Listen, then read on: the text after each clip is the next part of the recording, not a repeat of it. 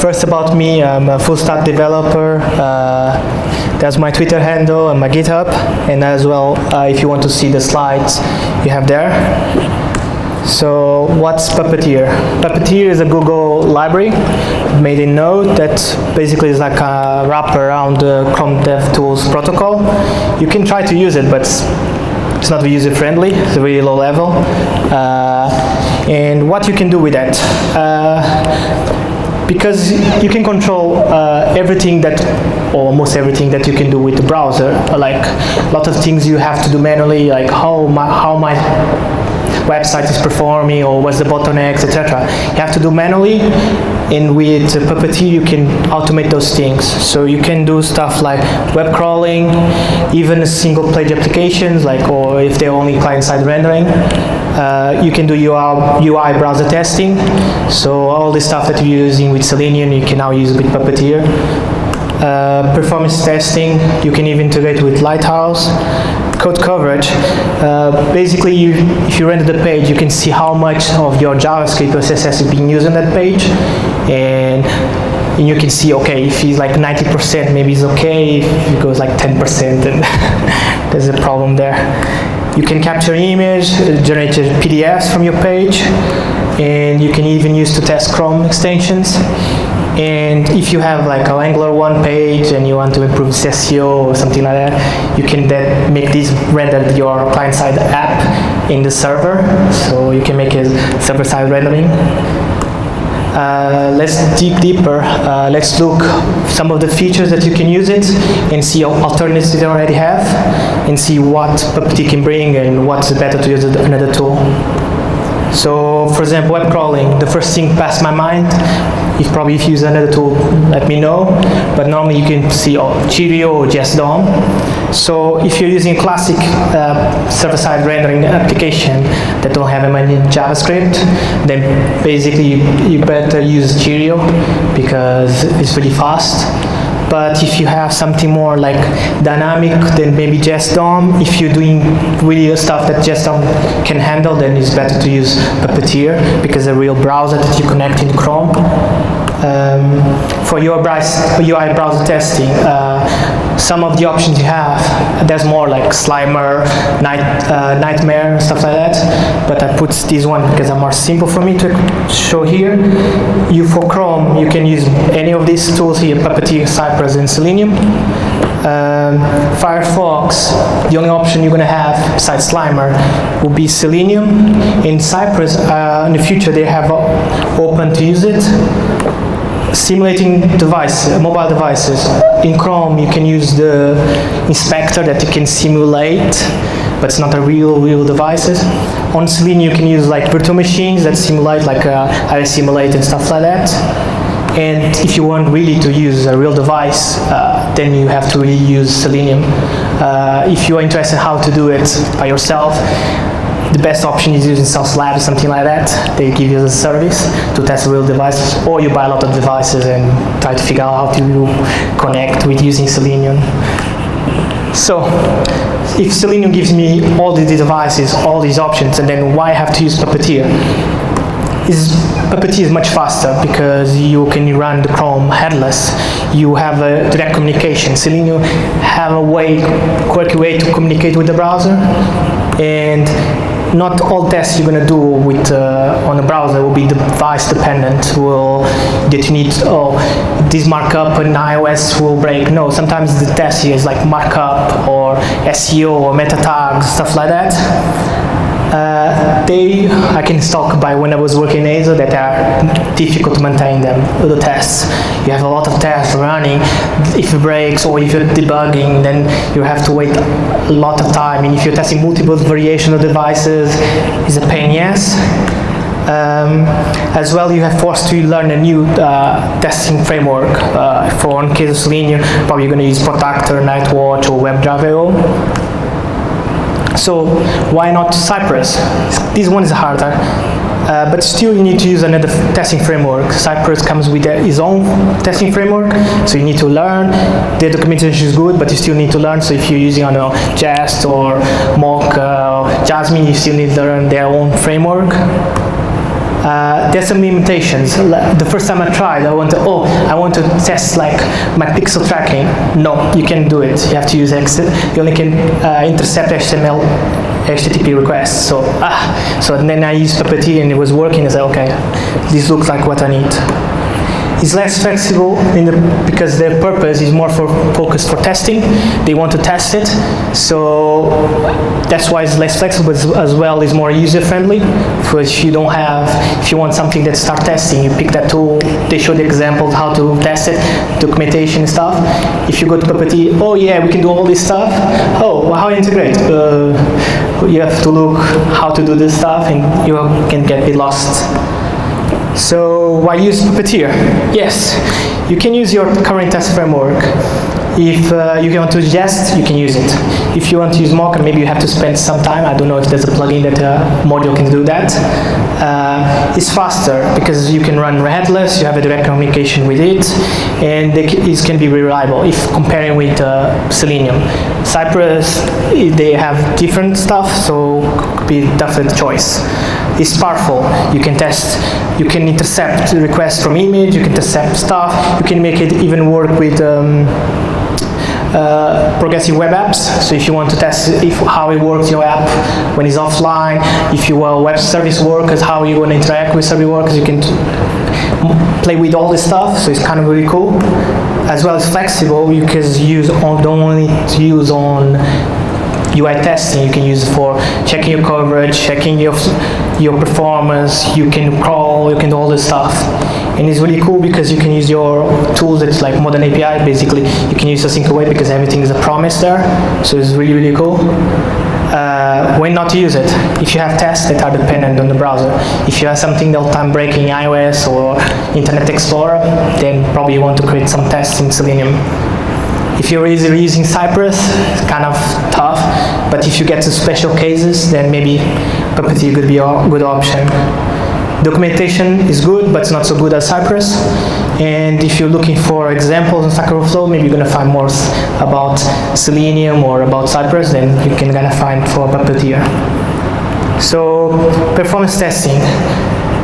You can integrate with Lighthouse. I say to some degree because documentation of Lighthouse, they say, oh, yeah, but you can use it, but you have those limitations, so you can check the docs. And because the Node.js library, you can use in terminal, you can use in server, you can use in your CI pipeline, so you can make like, if you want to run test your application if it performs well, if you don't break any styles, or if everything's working fine, you can put in your pipeline and we'll test it, and you can give it almost immediate feedback. So I can talk about all the features you can use, but I think probably most people are interested in how to test it in UI, do the web browser testing. So I'm going to show you how you can use with Puppeteer and Jest. So the easy way, so you can go to already on Jest docs and they show you how to do it. And one of the easy ways is like install this module, put in your preset, and that's it. You can start using your page that's a global object, and you can start using it. And if your framework doesn't work, the testing framework doesn't work, or the plugin that limits a bit, then you can do a hard way. For example, I'll show how to do the hard way on Jest. So you need to do a global setup. So this will be the entry point of your test. So we'll start up the Puppeteer.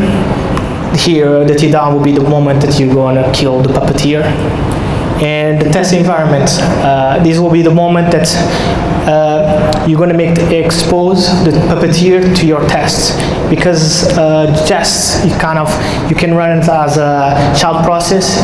It doesn't have access to the global object of the main Jest when you start up, so you need to kind of expose it.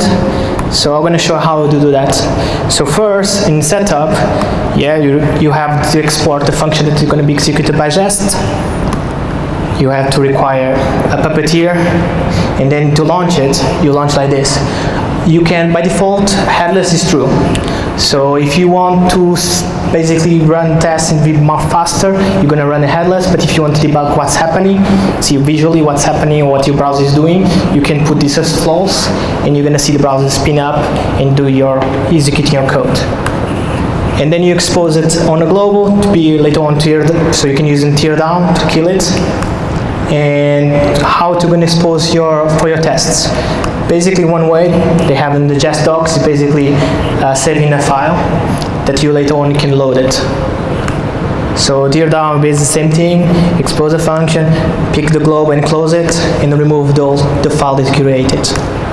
So the environment, what you want to do, basically Jest to give you this object called Jest environment node. It's an environment for Node.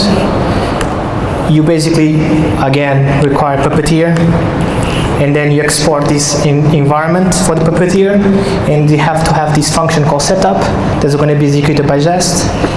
And here you load the file that you created previously on the setup. And then, instead of launching, you're going to connect to a previous open session for your Chrome. So these are test targets. I'm going to show you what I'm going to try to test. So I think it's this side here. So these are, I use a bootstrap example of the pricing. So one of the tests we're going to do is test that we're rendering like 3 price tiers: the free, the pro, enterprise. The second test, if network, let me put not mobile, is that on network in image, when you press contact us, I don't know why it's showing this, 1 second, why is it, okay, it doesn't want to collaborate.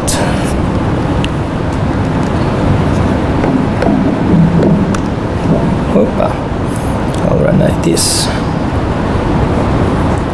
When I press, I probably need to refresh it, okay.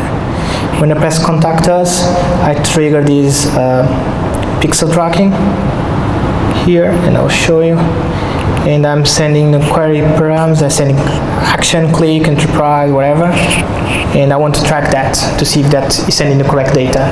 And as well, if you fill the form on this, contact us, and you submit, and if you check this, you want to see that the post data is sending the correct way. And as well, if he fails, it shows the error message, and if successful, it shows a green message. So this is what we're going to test. So NodeJS. So for the basic test will be like the 3 price tiers. We check the markup. It's a bit stupid test, but let's do it. So you get the global object that we created on environment, and then we started the page. So, and then you go to the URL that we're testing. Then you can say how long you want to wait to continue the after. So you can wait for the DOM content loaded, you can wait for load, network idle, and network idle too.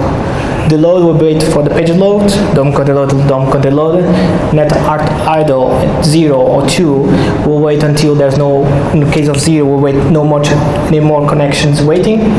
And when it's 2, we'll be wait until 2 or less connections are still open. So let's do the free tier. So basically, you can use for them $val. They have like kind of like jQuery style stuff. So if you put $1, it will be like almost like query selector. If you put $2, it will be like a query selector. It would be one or more elements. The first argument will be the selector you want to apply, and the second one in this case will be the function you want to apply to that selector. In this case, I'm getting the outer HTML, and because I'm lazy, I did a /shot to check how that I'm testing. Oh, this tier have to render this HTML. Ignore that pre-tier format because there was a problem with the slides, that text was too long, then it was breaking the presentation. And then the same thing, I do the pro tier, and same thing for the enterprise. So let's do something more interesting. So first, let's do tracking. Let's check that the pixel track when you click is being tracking.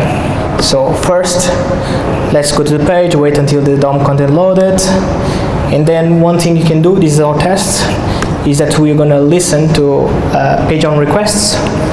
Because we only care about one request in particular, we can use a promise, wrap it in a promise, and wait until we get the request, if it's not what we care, we ignore it. If it's what you want, we resolve it. So basically now we click to trigger the pixel tracking, and then we check, oh, yeah, it's resolving and it's undefined because we're not passing anything. But it's not really useful, so let's do something better. Okay, instead of only resolving with anything, we resolve with the entries, such param entries. So we get and we check if match our expectations. In this case, when you run the test, you're going to see if you match or not. Then let's fill a form. Same thing. The form, you have to first click on contact us and it will be the model. One thing I noticed is that if you don't wait for the animation to finish, it's starting tracking the page will not work. So I saw some options that you can use for maybe the animation, make the animations faster, etc. But they were a bit flaky, so I prefer to use like wait for the animation to finish. If you know any better way, please create a pull request on my repo and I'll change the code. Wait for 500 milliseconds. Then use the test to fill the form. So in this case, I'll wait for the contact Ajax request, wait for it, and get the post data and parse it. So let's trigger it. So first, I will show one way. It's not the best way, but one way you can do it is using evaluate. So in this case, what you're going to do is send a function to the browser, and you send as well the arguments that you want. Even if it looks like it's like, oh, why I'm sending the arguments there and like a second argument, but this is a function that needs to be sent to the browser, so it doesn't have the closure access to the variables that you have on your test. So it's kind of like, it sends like a string supposedly, so then you have to explicitly say what arguments you want to send to it. So in this case, I want to send the expected email. So I'll go to that element, put the value, and then set the value. Another way that they give you from API is called type. So you set selector and you the text that you want to type. Another option it has that's optional is the delay. You can set how fast you want the text to be set.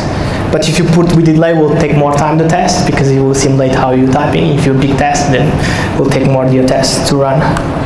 Then let's click it and let's wait for the request to be done, and then check if our form is working as expected. Now let's try to do something more interesting like interception. So what you can do is basically say, oh, if this request is done, instead of answering with what is expecting, let's make it fail, or let's make it successful. In this case, my demo, my page is not yet, I didn't create the server side, so it fails every time I submit. So in my case, I will say, oh, if I'm waiting for this guy from server side to do this, it will take some time, so let this guarantee that what I'm doing, it works. So this test, I'm going to say, okay, if it's successful, I will show the green message saying, oh, it's successful. So let's do this. So to intercept, you need to put this flag, set request interception true. In this moment, all the requests will be intercepted. And if you don't care about that request, you can or continue or abort it. Or you can say, oh, instead of wait, let it go, let's respond with some other message. So in this case, I'm putting 200 status and some body message from Rick and Morty. And if you want to fail, it's the same thing. So demo time, I hope it works. So let's run it. The first time you run with Jest, it takes a bit time, but after it's warm up, it's faster. So, let's see. So 4 seconds. So if you try to run this linear, it will take probably 1 minute or something to run some tests, and here were 4 seconds. But let's run without being headless. Just let's see. So if I go here, change this variable.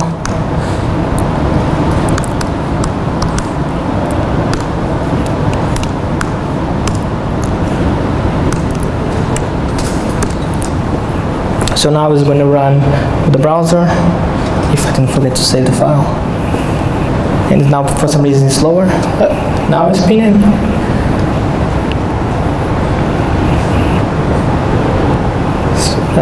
This case was 12, but if I run again it will be probably faster. Yep.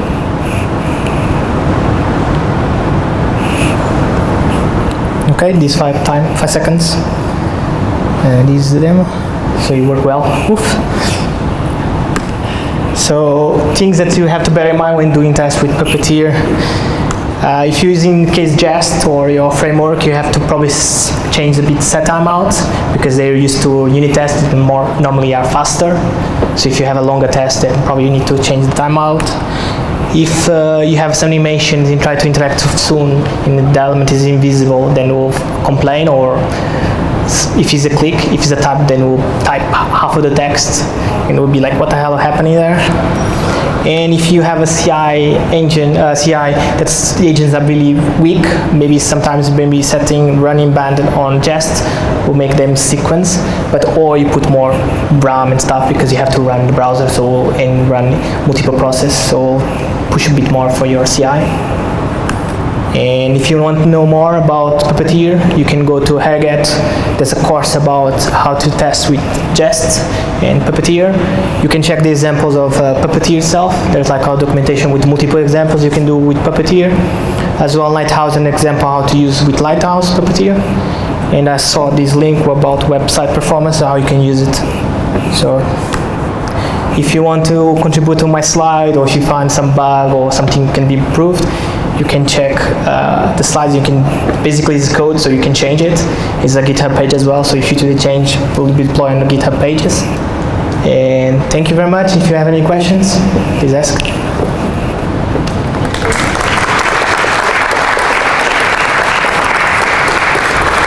Bit nervous? No questions? No?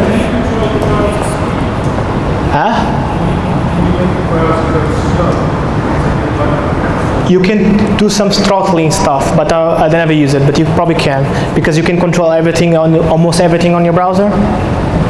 So you can probably even change the animation stuff and put some flags, and you can make JavaScript not to run. So if you want to say, how my page you're gonna execute with JavaScript, so you can control a lot of things. Now how that throttling will work, I don't know, but you probably can do it.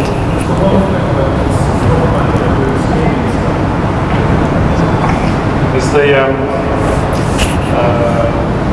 when you don't wait for things, you don't know to wait for things. So it runs fine when you run it locally, and then when you run it on a CI server, and then it starts failing because it was slower then.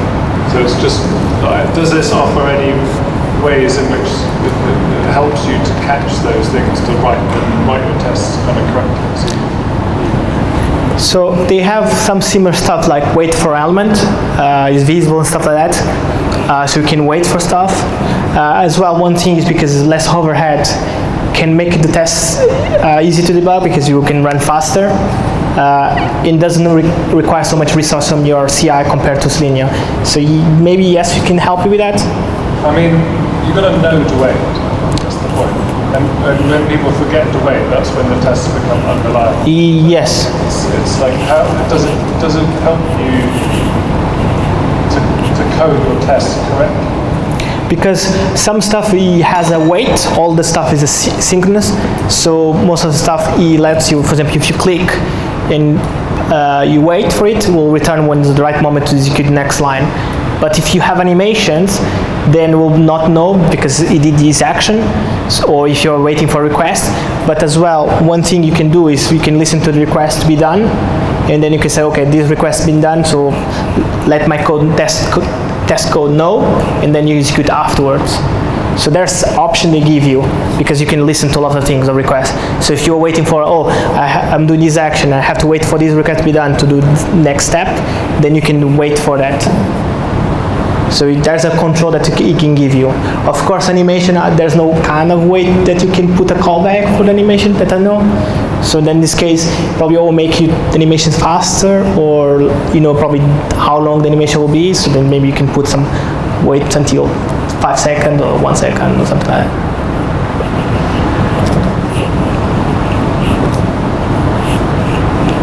More questions? Okay, thank you.